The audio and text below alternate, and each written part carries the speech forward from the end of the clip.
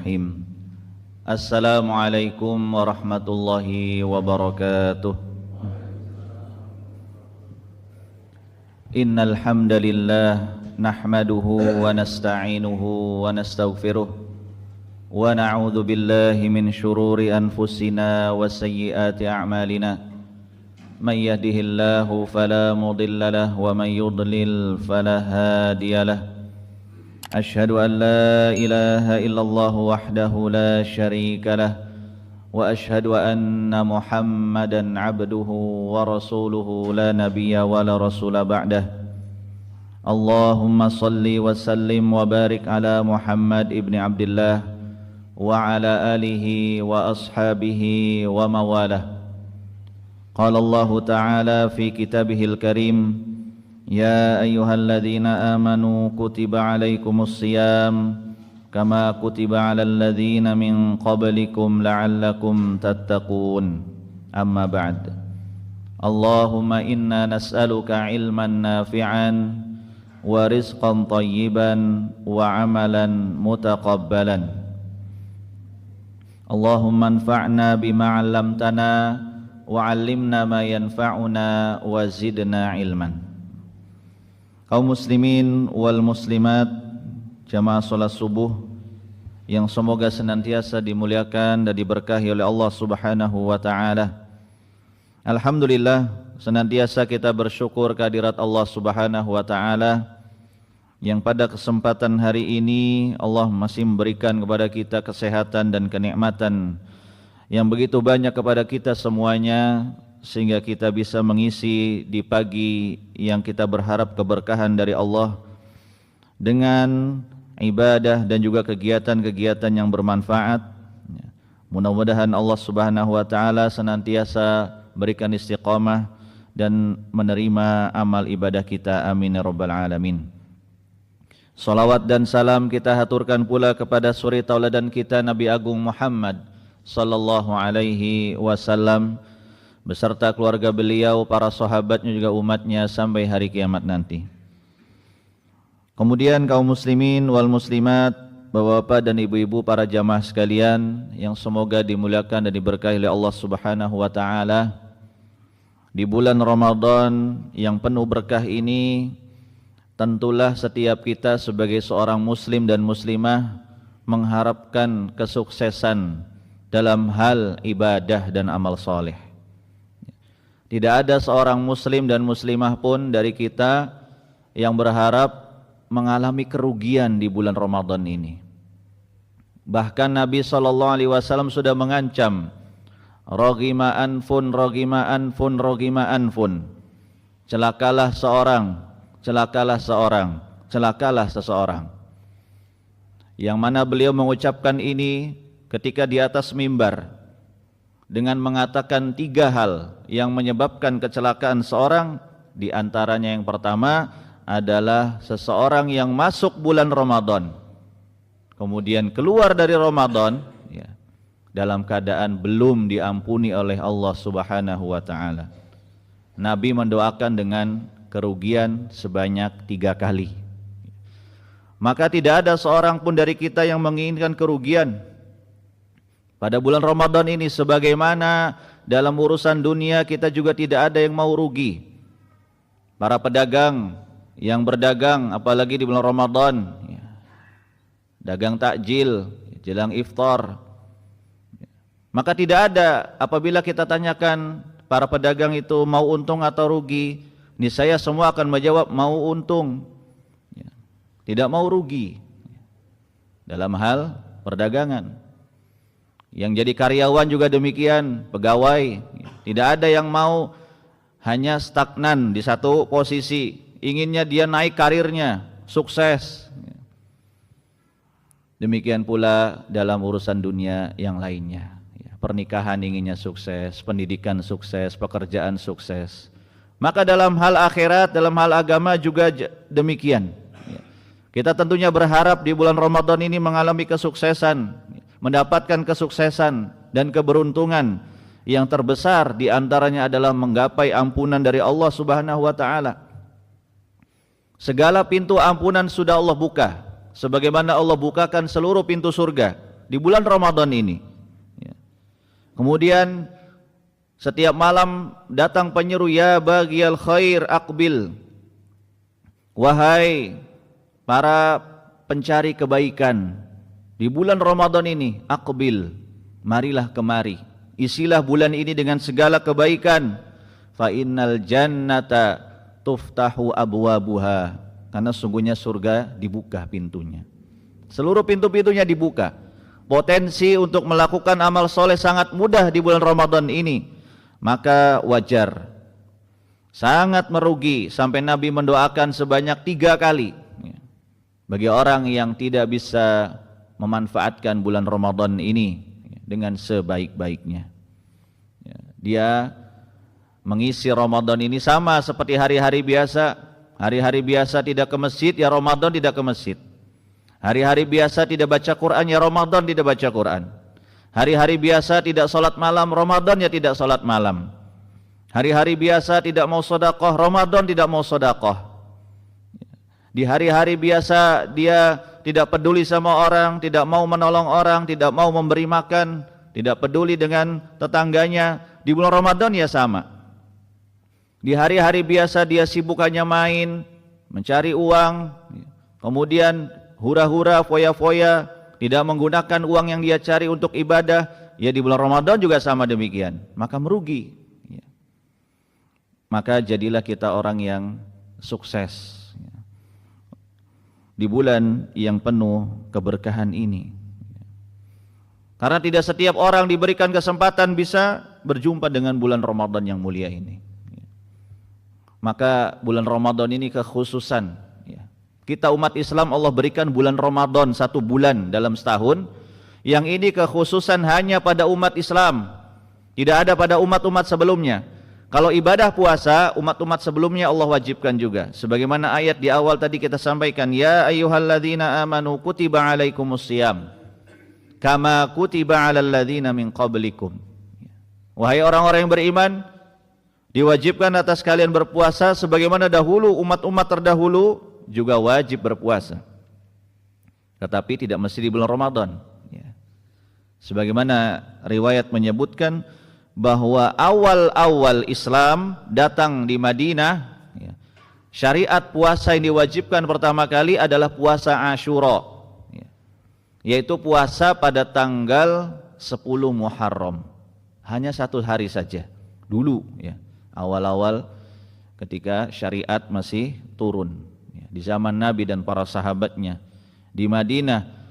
Nabi mendapatkan perintah dari Allah, wajib atas kaum muslimin muslimat puasa di tanggal 10 Muharram, puasa Asyura, wajib dulu sebelum kewajiban datang di bulan Ramadan. Akhirnya Allah pun ganti dengan bulan Ramadan, wajib puasa 1 bulan, kemudian puasa Asyura diganti menjadi sunnah hukumnya.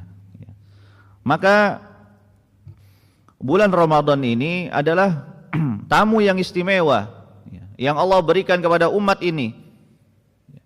Kemudian Nabi SAW juga menyebutkan fihi lailatun khairun min alfi syahrin. Di bulan Ramadan ada 1 malam yang lebih baik dari 1000 bulan, yaitu Lailatul Qadar. Yang ini juga menjadi kekhususan umat Islam, keistimewaan umat Islam yang tidak Allah berikan kepada umat-umat sebelumnya, yaitu Lailatul Qadar, malam kemuliaan, yang mana Allah juga sebutkan dalam ayatnya, inna anzalnahu fi lailatul qadr wa ma adraka ma lailatul qadr lailatul qadri khairun min alfi syahr. Sungguhnya kami menurunkan Al-Quran di Lailatul Qadar. Tahukah kamu apa itu Lailatul Qadar? Lailatul Qadar adalah lebih baik, suatu malam yang lebih baik daripada 1000 bulan. 1000 bulan itu kalau kita hitung-hitung dengan tahun kurang lebih 80-an tahun, 82 atau 84 tahun. Satu umur manusia. Kenapa Allah berikan Ramadan, kemudian berikan lagi 1 malam yang disebut dengan Lailatul Qadar yang khairun min alfi syahr, lebih baik dari 1000 bulan atau 80-an tahun? Sebab umur kita umat Islam ini pendek-pendek. Ya, tidak ada yang panjang-panjang. Berbeda dengan umat-umat terdahulu. Kalau umat-umat terdahulu umurnya bisa ratusan tahun. Ya. Ada yang 100, 200, 300 bahkan hampir 1000 tahun mereka hidup di dunia. Seperti Nabi Nuh alaihissalam dan umatnya, panjang-panjang usianya. Umatnya ratusan tahun, Nabi Nuh hampir 1000 usianya. Dan beliau berdakwah kepada umatnya dari sekian generasi ke generasi. Umat-umat terdahulu umurnya panjang-panjang, sampai 1000 tahun. Sementara kita umat Islam, apa kata Nabi SAW? A'maru ummati baina sittin wa sab'in. Umur umatku itu hanya berkisar di antara 60 sampai 70 tahun saja. Jarang yang lebih dari 60 atau 70 tahun, dan jarang pula yang meninggal duluan sebelum 60 atau 70 tahun. Sangat banyak, sangat banyak yang meninggal sebelum 60 tahun atau 70 tahun, dan sangat sedikit yang lebih dari 60 atau 70 tahun. Buktinya Nabi kita Muhammad SAW saja Allah berikan usia 63 tahun. Sahabat Abu Bakar As-Siddiq radhiyallahu an usianya juga sama 63 tahun. Rata-rata para sahabat usianya 60, 70, 60, 70, ada yang 80, ada yang 90, bahkan ada yang 100. Dan itu sudah jarang sekali. Sebagaimana di zaman kita sekarang, usia tidak ada yang tahu, kadang tahu-tahu masih muda sudah meninggal. Tahu-tahu 50 meninggal, 60, 70. Jarang yang nyampe 100, jarang. Walaupun mungkin kehidupannya sudah berusaha makan yang sehat-sehat, tidak mau makan yang mengandung kimia, tapi tetap namanya umur, mau dia sehat atau sakit, sudah ada batasannya. Maka beranjak dari itulah Allah berikan ganti. Dari usia yang pendek, tetapi Allah berikan satu malam yang lebih baik dari 80 tahun. Bisa kita bayangkan apabila Allah berikan kesempatan kepada kita dapat 10 Lailatul Qadar saja dalam usia kita. Kita berjumpa dengan 10 Ramadan, kemudian kita mendapatkan 10 kali Lailatul Qadar. Hampir 800-an tahun. Apabila kita bisa memanfaatkan bulan Lailatul Qadar ini dengan ibadah, amal soleh dan ketaatan yang lainnya, maka itu lebih baik dari 80-an kali 10, 800 tahun, menyamai usia kaumnya Nabi Nuh.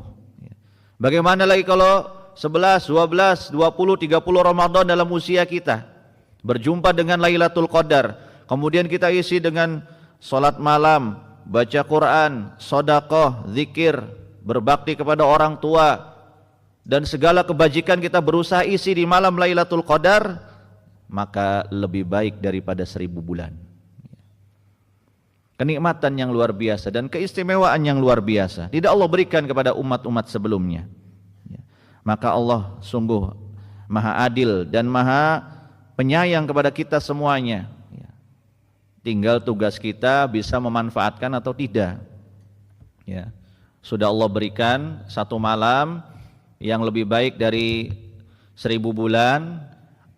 Apakah sikap kita akan sama saja seperti hari-hari dan malam-malam yang lainnya, ataukah justru kita betul-betul memanfaatkan malam tersebut, yang mungkin kita tidak tahu apakah ada kesempatan lagi di malam yang berikutnya, di Ramadan yang berikutnya, di tahun yang berikutnya. Maka sungguh Lailatul Qadar merupakan kesempatan emas kita untuk bisa mengisi dengan amal soleh, mengisi dengan ibadah, mengisi dengan ketaatan-ketaatan kepada Allah Subhanahu wa taala. Kaum muslimin wal muslimat, Bapak dan Ibu para jamaah sekalian yang semoga dimuliakan oleh Allah Subhanahu wa taala.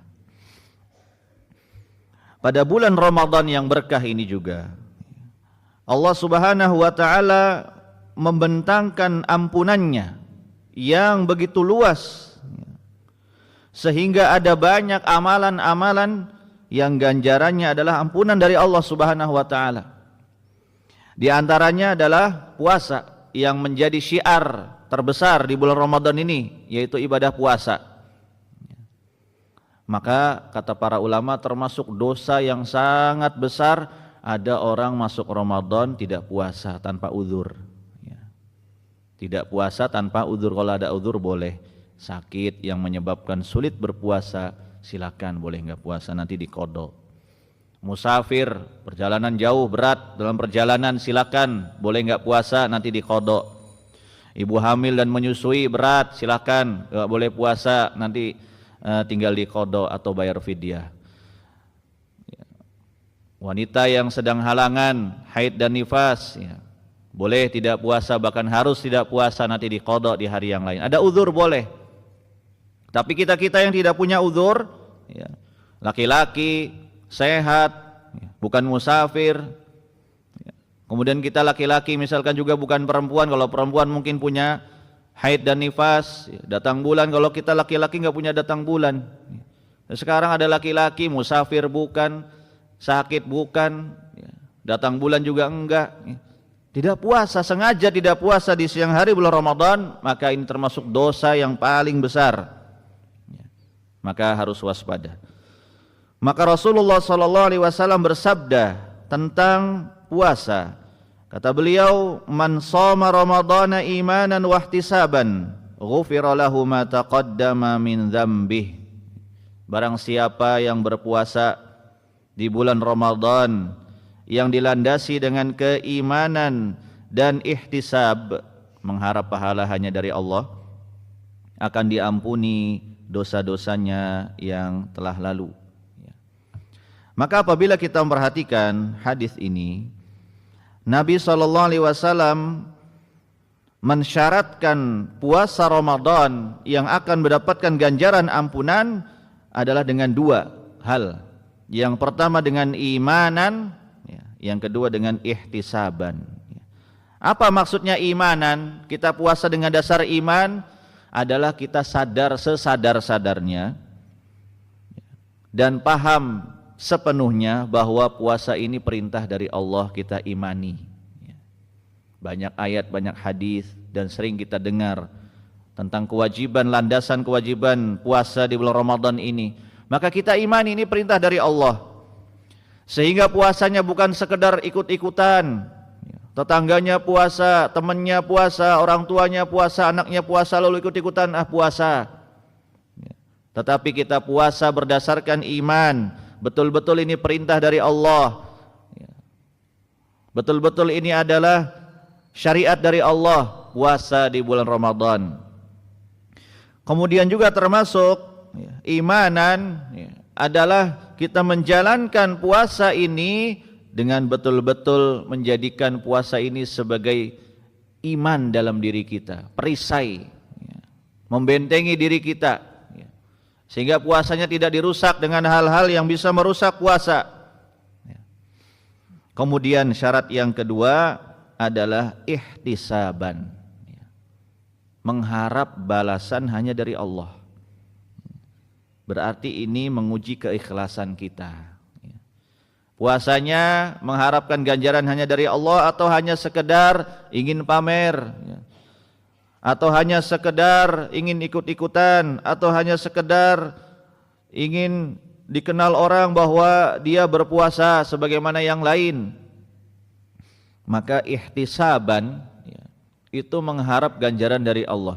Jadi dalam seluruh ibadah dalam Islam ini, itu kita boleh mengharapkan balasan, tetapi dari Allah Subhanahu wa taala saja. Jadi tidak benar kalau ada yang mengatakan bahwa kalau Anda beribadah itu tidak boleh mengharap apa-apa, harus tanpa pamrih, tidak boleh mengharap surga, tidak boleh takut dari neraka, tidak juga boleh mengharap ampunan dari Allah. Pokoknya udah terserah Allah. Yang penting tugas Anda gimana ibadah tanpa ada harapan. Maka tidak benar demikian. Ibadah harus ada harapan. Ibadah harus pamrih. Ibadah itu harus mengharapkan balasan dan ganjaran, tetapi berasal hanya dari Allah. Dan Allah yang memerintahkan itu. Makanya dalam ayat banyak disebutkan, ya, innalladzina amanu wa amilus solihat lahum jannatun tajri min tahtihal anhar khalidina fiha. Sungguhnya orang-orang yang beriman dan beramal soleh. Ingat, sama seperti hadis ini berarti. Man shoma ramadhana imanan wahtisaban. Kata Allah Subhanahu wa taala, barang siapa yang beriman kemudian beramal soleh, lahum jannatun, bagi mereka surga.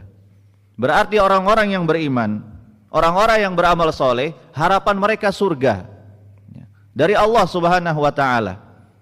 Sebab tidak ada yang punya surga kecuali hanya Allah Subhanahu wa taala. Maka ihtisaban di sini adalah kita berharap surga, berharap pahala dari Allah Subhanahu wa taala dengan puasa yang kita lakukan. Tidak boleh ria dan sum'ah. Tidak boleh pamer. Tidak boleh hanya ingin dilihat orang, ya. Jadi enggak boleh kita mengharap balasan dari makhluk, dari manusia, enggak boleh, ya. Boleh mengharapkan balasan hanya dari Allah Subhanahu wa taala saja. Maka hindari hal-hal yang bisa merusak keikhlasan, ya. Seperti misalkan suka bikin status pribadi, ya. Apalagi zaman kita sekarang, ya, setiap kita hampir megang handphone, ya. Megang handphone yang dengan mudahnya orang itu bisa jepret status pribadi, ya. Lagi sholat subuh jepret bikin status, sedang tadarus jepret bikin status, sedang buka puasa jepret bikin status, sedang kajian jepret bikin status. Tujuannya apa? Biar orang lain tahu. Itulah hakikat dari riya. Karena arti dari riya dari bahasa Arab ro'a yara, melihat, ingin dilihat orang, ingin diketahui orang. Sum'ah juga sama, ingin didengar orang. Dengan status-status kita, maka hindari suka bikin status amal-amal ibadah kita yang pribadi, ya. Berbeda dengan panitia Ramadan, ya. Bikin liputan, dokumentasi, kemudian di-share, itu beda, ya. Itu tujuannya untuk laporan, itu boleh, ya. Tapi kalau yang pribadi kita, ya, kita jepret sendiri, bikin status, lagi tadarus, lagi sholat subuh, ya, lagi sholat tarawih, lagi sahur, lagi buka bersama. Apa tujuannya kalau kita tanya apa? Ya, tujuannya bikin status supaya dilihat orang. Ya, nah itulah riya hakikatnya. Maka sembunyikan amal soleh kita. Ya. Sebagaimana Nabi SAW menyebutkan ada 7 golongan yang mendapatkan naungan dari Allah. Ya. Pada hari kiamat, yang pada hari tersebut tidak ada naungan kecuali naungan dari Allah saja. Di antara dari 7 golongan itu, salah satunya adalah orang yang sedekah dengan tangan kanannya dalam keadaan tangan kirinya tidak mengetahui. Itu adalah kiasan dari Rasul sallallahu alaihi wasallam bagaimana dia sedekah sampai-sampai orang terdekatnya tidak tahu kalau ternyata dia sedekah. Sehingga banyak orang-orang soleh terdahulu kalau sedekah itu malam-malam, sembunyi-sembunyi. Kalau zaman kita sekarang bisa transfer diam-diam transfer ke masjid, ya. Diam-diam transfer kepada anak-anak yatim tanpa dia publis, ya. Tanpa dia umumkan dan informasikan, tanpa dia harus dibacakan oleh takmir, ya. Bapak fulan, ibu fulana telah menyumbangkan sekian juta, sekian ratus ribu, ya. Sembunyi-sembunyi. Dan itu amal soleh orang-orang terdahulu, ya. Maka fitnah, ujian buat kita di zaman sekarang itu tergoda dengan namanya status, ya. Sangat tergoda sekali orang itu gatel, ya, sangat gatel kalau tidak dipublis amal solehnya. Maka inilah riya yang harus kita hindari, termasuk puasa.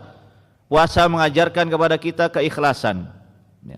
Sebab dengan puasa ini, ya, bisa saja andaikan kita tidak bertakwa kepada Allah, kita masuk satu ruangan sendirian di rumah misalkan, tidak ada yang tahu, kita makan dan minum sampai kenyang, kemudian kita keluar, kemudian kita bilang masih puasa. Atau ketika ditanya kamu masih puasa? Puasa. Padahal tadi di rumah sudah makan minum, tidak ada yang mengetahui. Maka puasa mengajarkan ketakwaan. Puasa mengajarkan ketakwaan kepada kita semuanya. Bagaimana kita walaupun bersendirian, kita sadar Allah yang maha melihat, Allah yang maha mengawasi, Allah yang maha mengetahui. Walaupun tidak ada manusia yang tahu, tidak ada orang lain yang tahu, tetapi Allah Subhanahu wa taala maha mengetahui. Dan itulah hakikat dari ketakwaan dan keikhlasan. Bagaimana kita bisa menjaga amal soleh kita sehingga tidak perlu harus dipublis. Ada beberapa amal yang memang harus ditampakkan seperti sholat jamaah. Sholat jamaah itu karena memang syiar, syiar kaum muslimin itu sholat jamaah. Makanya dalam syariat kita diperintahkan untuk memakmurkan masjid. Dimakmurkan dengan diantaranya sholat jamaah, dan itu harus ditampakkan. Adzan, iqamah, jumatan, sholat jamaah, sholat id, itu memang harus ditampakkan. Tetapi ada amal-amal yang bisa disembunyikan, sedekah, baca Quran, kemudian menolong orang. Cukup hanya orang-orang terdekat saja mungkin yang tahu. Sholat malam, tidak perlu harus selalu diumumkan atau dibikin status. Maka inilah puasa yang didasari dengan keimanan dan ihtisab, mengharap pahala hanya dari Allah, yang akan melahirkan buah ampunan dosa dari Allah Subhanahu wa taala. Kemudian juga pada bulan Ramadan yang penuh berkah ini, Allah Subhanahu wa taala juga melipat gandakan pahala puasa dengan nilai tiada terhingga. Ibadah puasa ini adalah ibadah yang istimewa, yang hanya Allah Subhanahu wa taala yang mengetahui berapa ganjarannya. Kalau amal-amal yang lain, salat jamaah contohnya, Nabi SAW bersabda, salatul jama'ati afdal min salatil fadhi bisab'in wa ishrina darajah. Salat jamaah lebih baik daripada salat sendiri 27 derajat kali lipat. Disebutkan pahalanya 27.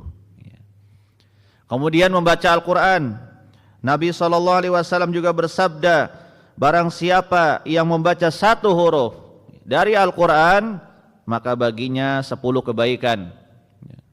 Dan aku tidak mengatakan alif lam mim satu huruf, tetapi alif satu huruf, lam satu huruf, mim satu huruf. Berarti kalau kita baca alif lam mim, dikasih 30 kebaikan oleh Allah Subhanahu wa taala. Karena terdiri dari tiga huruf. Bagaimana lagi kalau kita membaca satu surat, dua surat, tiga surat, satu juz, dua juz, tiga juz. Semakin banyak huruf-huruf yang kita baca, maka akan semakin banyak kebaikannya. Disebutkan berapa per hurufnya? 10. Sedekah juga demikian. Permisalannya seperti orang menanam satu butir tumbuh menjadi 7 biji, kemudian melahirkan 100, 700. Disebutkan dari 1, 10, 700.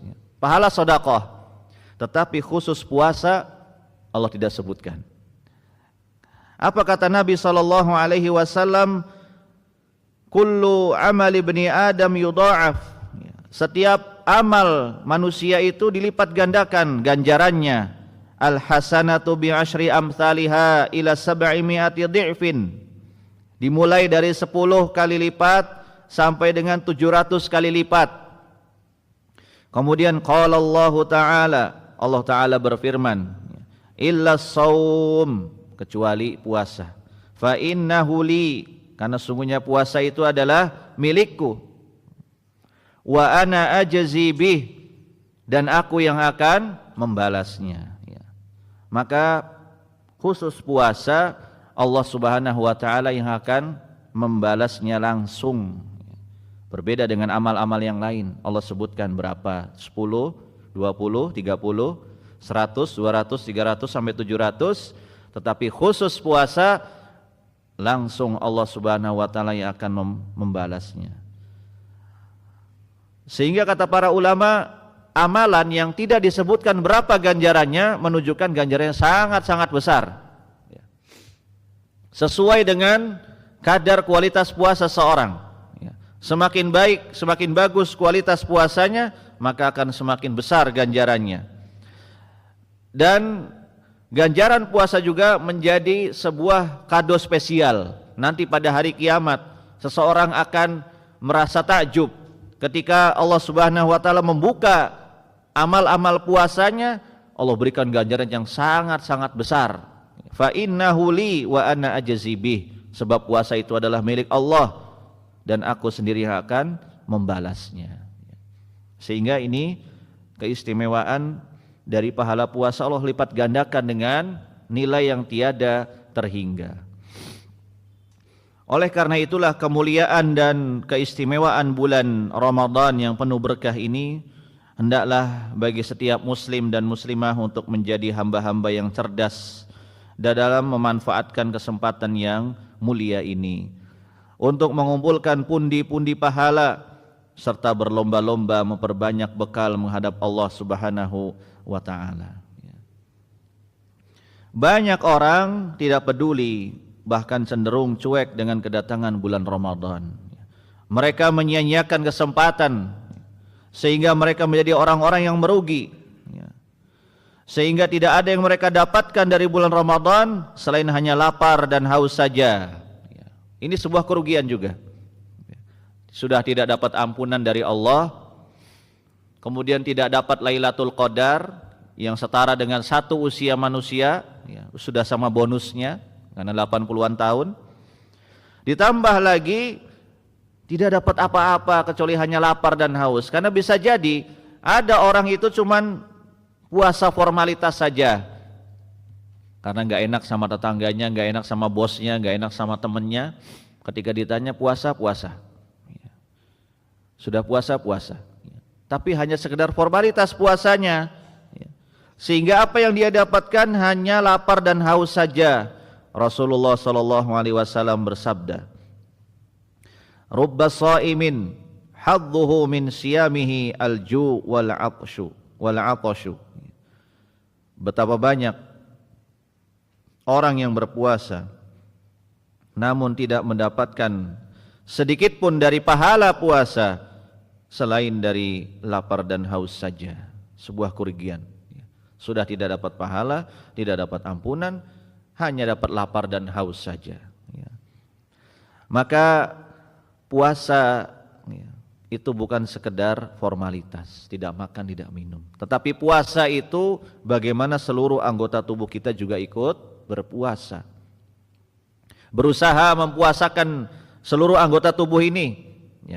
Perut kita tidak makan dan tidak minum, maka mari kita juga mempuasakan lisan kita, mempuasakan mata kita, telinga kita, tangan dan kaki kita dari hal yang haram. Sebab makan dan minum itu sesuatu yang mubah, sesuatu yang boleh kita nikmati, hukum asalnya. Tetapi ketika puasa Allah larang kita dari subuh sampai maghrib untuk tidak makan dan minum dari hal yang hukum asalnya boleh, maka dari hal yang hukum asalnya haram jauh harus lebih bisa lagi. Sebab kaidah di dalam meninggalkan yang haram, meninggalkan maksiat dan dosa adalah cukup ditinggalkan dan dijauhi saja. Wa ma atakumur rasulu fakhudhuh wa ma nahakum anhu fantahu. Apa yang Rasul datang maka kerjakan, apa yang Rasul larang maka tinggalkan. Kalau dalam bab ketaatan, perintah, Allah Subhanahu wa taala mengatakan fattaqullaha mastata'tum. Bertakwalah kalian kepada Allah semampu kalian. Kalau babnya perintah, semampu kita. Semampu kita. Ada orang sholat mampu berdiri, ternyata berdiri nggak bisa karena ada uzur, mungkin lagi sakit, boleh sholat sambil duduk. Kemampuan dia sambil duduk sholatnya. Ternyata duduk juga nggak bisa karena ada penyakit juga atau ada uzur, boleh sambil berbaring. Sesuai kemampuan. Sesuai kemampuan. Sholat malam, mungkin ada yang bisa 2 rakaat, bisa 4 rakaat, bisa 5 rakaat, bisa 10 rakaat, 11 rakaat, 23 rakaat. Sesuai kemampuan dalam bab perintah dan amal soleh. Tapi kalau dalam bab larangan, wa ma nahaitukum anhu fajtanibuh, apa yang aku larang dari kalian, cukup dijauhi saja, cukup ditinggalkan saja, sehingga semua orang sanggup, ya. Karena hanya tinggal meninggalkan saja, ya. Berbeda dengan bab ibadah tadi. Dalam bab ibadah, perintah ibadah, tidak semua orang sanggup, ya. Contohnya sholat, tidak semua orang bisa sholat dengan berdiri. Ada yang sudah sepuh, tua renta, sholatnya sambil duduk karena sudah kakinya tidak kuat, atau bahkan ada sebagian orang yang kakinya lumpuh mungkin, ya. Maka boleh sholat sambil duduk, ya, sesuai kemampuan, ya. Tetapi dalam bab larangan semua orang mampu, ya, tua muda, ya, laki perempuan mampu meninggalkan maksiat-maksiat, dosa-dosa, keharaman-keharaman, karena babnya tinggal jauhi saja, ya. Tidak usah didekati, tinggalkan, tidak usah dikerjakan, ya. Sehingga dalam bab, ya, larangan, ya, cukup seseorang itu meninggalkan saja, ya. Dan semua mampu untuk meninggalkan sesuatu yang haram. Lalu kenapa kok masih ada orang yang bilang, ya, berat untuk meninggalkan yang haram? Berarti yang membuat berat dia adalah karena hawa nafsunya, ya. Karena hawa nafsunya, godaan syaitannya lebih kuat, ya. Sehingga dia mengatakan bahwa meninggalkan yang haram itu berat, ya. Ya betul berat, karena berat bagi hawa nafsu, ya, kita. Berat bagi syaitan yang selalu menggandrungi, mengganggu manusia. Maka orang yang paling merugi adalah seorang yang diberi kesempatan bertemu dengan musim kebaikan dalam keadaan sehat walafiat, namun dia tidak meraih keberkahan Ramadan dan tidak menggapai ampunan di bulan Ramadan, ya. Kerugian. Kita yang diberikan umur, alhamdulillah masih pada hidup, masih bisa hidup kita di Ramadan. Plus diberikan kesehatan, ya, sehat walafiat, enggak sakit, ya. Maka mari kita manfaatkan, ya. Sebab Nabi sudah sering bersabda, nikmatani maghbunun fihi ma katsirun minan nas, as-sihhatu wal faragh. Ada dua nikmat yang banyak manusia itu kadang enggak sadar, lalai. Ternyata ini dua nikmat yang sangat besar, yaitu kesehatan dan kesempatan. Ada orang dikasih kesehatan tapi enggak punya kesempatan. Ada orang punya kesempatan tapi dia tidak diberikan kesehatan.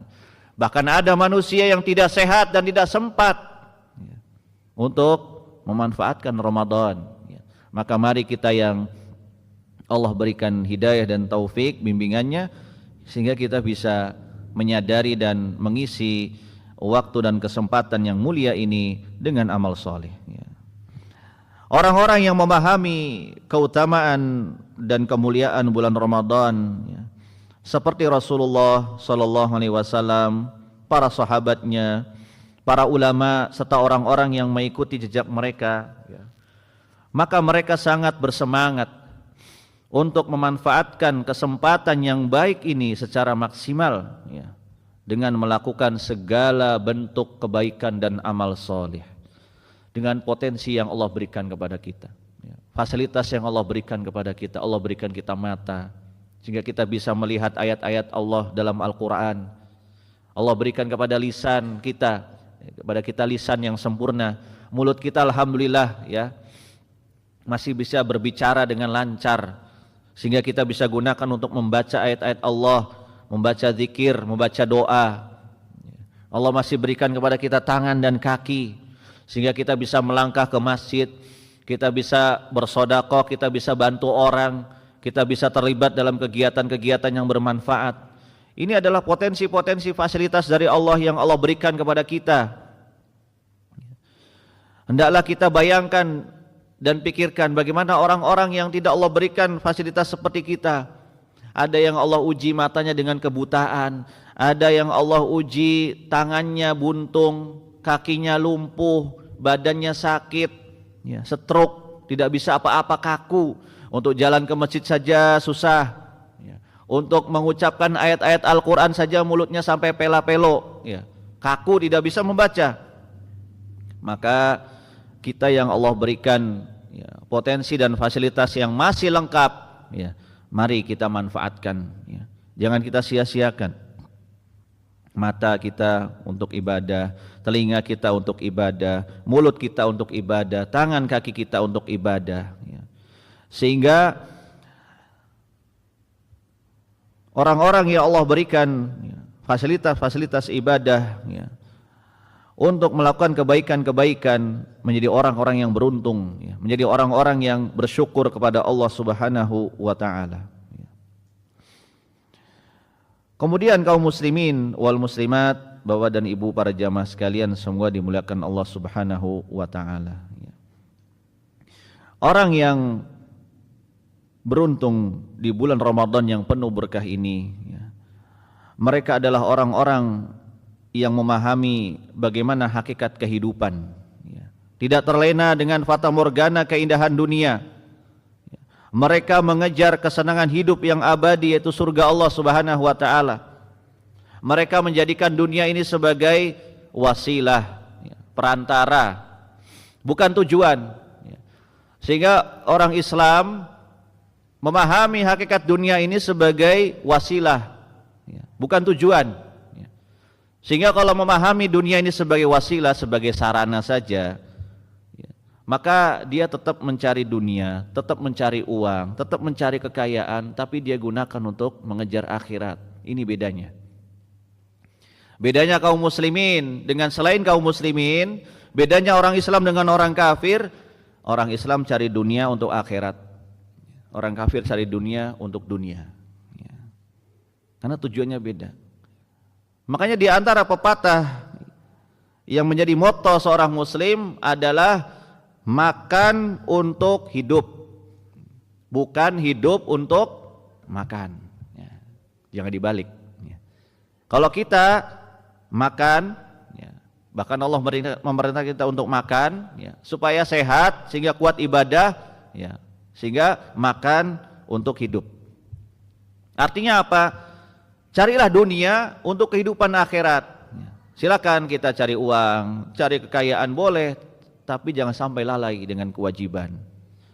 Ada orang terlalu kebablasan, cari harta, cari uang, cari kekayaan, cari jabatan, menerobos yang diharamkan, tidak peduli halal haram, tidak peduli larangan-larangan Allah. Yang penting gimana caranya saya cepat kaya, saya cepat punya jabatan, cepat dapatkan kehormatan, tidak peduli dengan aturan-aturan dari Allah Subhanahu wa Ta'ala. Maka ini yang menjadikan dunia sebagai tujuannya, dan ini yang tercela. Tetapi orang yang mencari kekayaan, mencari jabatan, mencari kehormatan, tujuannya untuk akhirat, dan tidak melalaikan agama dan tidak melanggar larangan-larangan Allah, maka dia orang yang tidak terlena dengan dunia. Sehingga bulan Ramadan ini silahkan kita tetap bekerja, apalagi punya kewajiban harus cari uang, untuk keluarga, menafkahi dan sebagainya, silahkan. Bahkan itu dianggap ibadah apabila niatnya benar. Jadi bukan berarti Ramadan di masjid terus. Silahkan mau ke pasar boleh, kerja ke kantornya boleh, dagang boleh, tapi ingat kewajiban jangan sampai lupa. Waktunya sholat, waktunya baca Quran, waktunya sholat malam, waktunya sodako, waktunya kajian, menuntut ilmu. Sempatkan, jangan sampai 24 jam dunia terus. Nah, sehingga keseimbangan tidak tercapai. Karena ada sebagian orang itu bilang tidak usahlah terlalu wakal ibadah. Loh, kenapa? Harus seimbang. Dunia akhirat itu harus seimbang. Berarti kalau seimbang 50-50, dunia 50, akhirat 50. Baik, sehari 24 jam. Anggaplah dari 24 jam itu 8 jam buat tidur, tinggal 16 jam. 16 jam bagi 2 berarti 8 jam. Berarti Anda harus menyisihkan 8 jam untuk dunia, 8 jam untuk akhirat. Anda bekerja 8 jam selesai. Habis itu 8 jam yang berikutnya untuk ibadah. Kenyataannya tidak demikian ternyata. 8 jam untuk bekerja ditambah lembur, 2 jam, 3 jam, 4 jam. Habis itu capek, ngantuk, tidur. Atau ada sebagian orang sudah bekerja dapat duit banyak, foya-foya. Kapan ibadahnya? Katanya harus seimbang dunia akhirat, ternyata tidak seimbang. Masih lebih banyak, lebih berat urusan dunianya. Maka kaidahnya bagi kita seorang muslim, ya, jadikan dunia sebagai wasilah, sarana saja. Silakan kerja, silakan cari duit, tidak ada larangan, ya. Selagi kita mencari uang yang halal, ya, dan mengharapkan keberkahan dari rizki yang Allah berikan, maka gunakan, ya, kekayaan harta yang kita berikan dari Allah, yang kita diberikan oleh Allah kepada kita untuk menggapai kehidupan akhirat, ya. Inilah bedanya seorang muslim dengan selainnya, ya. Jadi ketakwaan itu bukan hanya sibuk di masjid 24 jam di masjid, gak kemana-mana, bukan. Ketakwaan adalah ketakwaan kita dimanapun berada. Kita di pasar bertakwa kepada Allah, kita tidak melakukan riba, kita tidak menipu orang, kita tidak sumpah serapah, kita tidak curang, tidak khianat, ya. Di tempat kerja juga kita bertakwa, kemudian dimanapun, di jalanan kita bertakwa, ya. Di sekolah kita bertakwa, di rumah kita bertakwa, di masjid juga kita bertakwa, dimanapun berada. Sebab Nabi bersabda, ittaqillaha haitsuma kunta, bertakwalah kepada Allah dimanapun Anda berada. Maka inilah hakikat dari ketakwaan, ya. Kaum muslimin wal muslimat, Bapak dan Ibu jamaah sekalian semua dimulakan Allah Subhanahu wa taala, ya. Maka sekali lagi bulan Ramadan bulan yang sangat mulia, ya. Mari kita manfaatkan dengan sebaik-baiknya, ya. Jangan sampai Ramadan berlalu begitu saja tanpa makna. Jadikan Ramadan tahun ini betul-betul kita punya target ukhrawi, ya. Yang punya target baca Quran mau hatam sekali, 2 kali, 3 kali, silahkan, bagus, ya. Yang punya target sholat taraweh full bersama imam, tidak pernah ketinggalan, silakan. Yang punya target sholat jamaah 5 waktu di masjid, silakan. Yang punya target sedekah sekian, silakan. Target-target akhirat kita pasang di bulan Ramadan yang mulia ini. Sebagaimana target-target dunia juga kita pasang, ya. Setiap orang punya target dunia, di umur sekian harus sudah punya ini, umur sekian punya ini. Akhirat juga harus demikian. Bulan Ramadan ini saya harus hatam 1 kali minimal baca Quran. Bulan Ramadan ini saya harus sedekah minimal sehari sekali. Bulan Ramadan ini saya tiap malam harus bisa ikut sholat tarawih bersama imam sampai selesai. Bulan Ramadan ini saya harus zikir pagi dan sore. Bulan Ramadan ini saya harus berusaha menjaga lisan supaya tidak berkata-kata yang kotor dan dosa, dan seterusnya, punya target-target ukhrawi. Maka inilah orang yang diharapkan beruntung dengan datangnya bulan Ramadan, ya. Demikian yang bisa kita sampaikan pada kesempatan pagi hari ini. Semoga bermanfaat buat diri kami pribadi dan segenap jamaah sekalian. Mudah-mudahan Allah Subhanahu wa taala senantiasa membimbing dan juga memberikan hidayah dan taufik kepada kita semuanya dan seluruh kaum muslimin, dan semoga Allah mengabulkan dan menerima amal soleh kita semuanya. Amin ya rabbal alamin. Subhanakallahumma bihamdik, asyhadu an la ilaha illa anta, astaghfiruka wa atubu ilaik. Wa akhiru da'wana alhamdulillahi rabbil alamin. Assalamualaikum warahmatullahi wabarakatuh.